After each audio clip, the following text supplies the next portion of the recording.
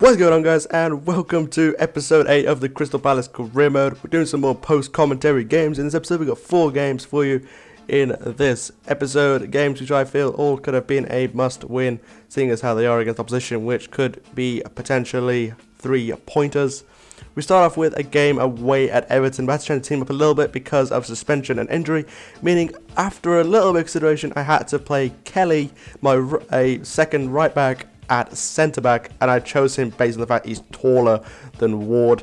I changed him a little bit. I gave Bamford another game up front because of his performance in the previous episode, and it starts off fairly well. I'll get playing in our white kit against their blue kit, and Everton are a very good team in this game. They've got very well-rounded players with very good defence stats, meaning they are tough to break down, which I did find in this game.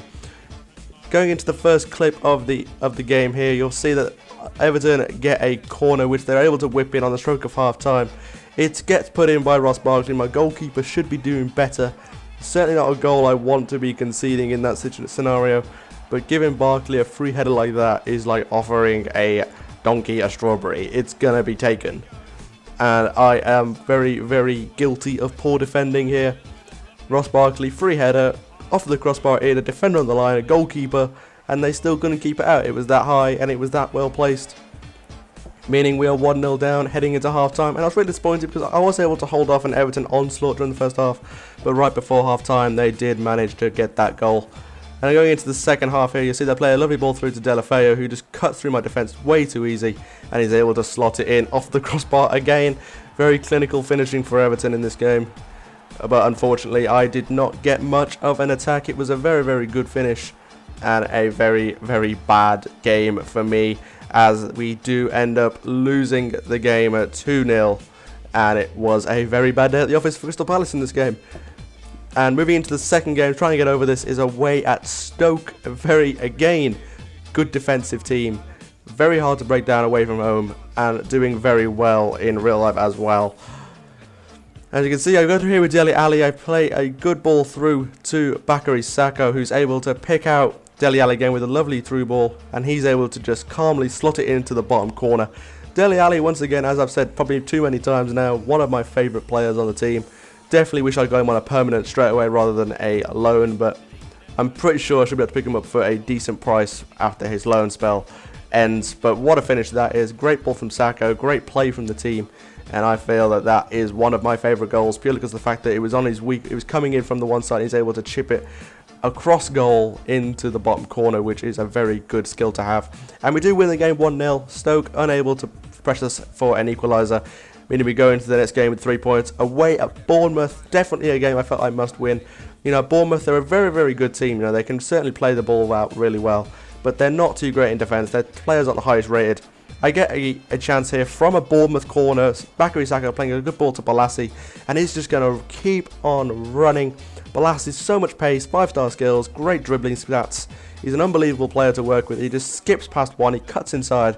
He's going to just skip past another 2-3 players and just calmly slot it into the net. Bit of a bad save from the keeper there, should have been doing better, but Balassi running the full length of the pitch and able to give us a 1-goal lead away from home at Bournemouth in a purely classic counter-attack move, which was something which I really want to work on because I have a lot of pace but I haven't been able to utilise it.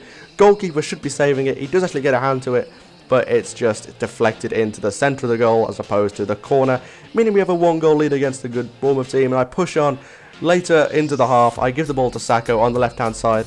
He's able to simply cut inside. He's given the chance. He's given more chance. Gives to Dele Alli, who's able to just keep it going around.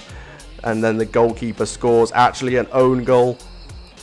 Batshuayi coming in at the far post, trying to cause a goal for himself, which would have been nice because it would have got him out of his goal drought, which is now extended to at least double figures in my opinion. I think it has. There he is trying to dive in, but the goalkeeper gets the credit for the own goal. It should have really counted, in my opinion, as a Dele Alli goal, as it was on target anyway. But we do win the game 2-0. I should have got more goals, to be honest. I was all over them in the second half. And a 2-0 lead at half-time went on to a full-time win. Now we're going up against Swansea, a very good team again. I think every team in the league is pretty good in this game. But Swansea not doing too well in real life. I have a chance of 3 points. And I play some beautiful football here. Give it to Chung Yong, who are playing on the left because of fitness, because this game took place 2 days after the previous.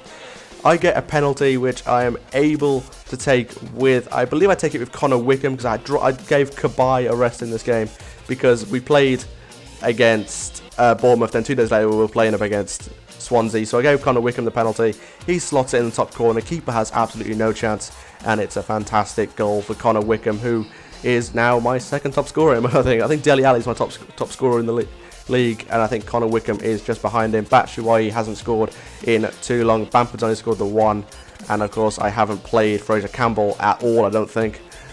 But yeah, great penalty from Connor Wickham. Glad to put him back in the side. He's definitely between him and Bamford as my top first choice striker. We win the game 1-0.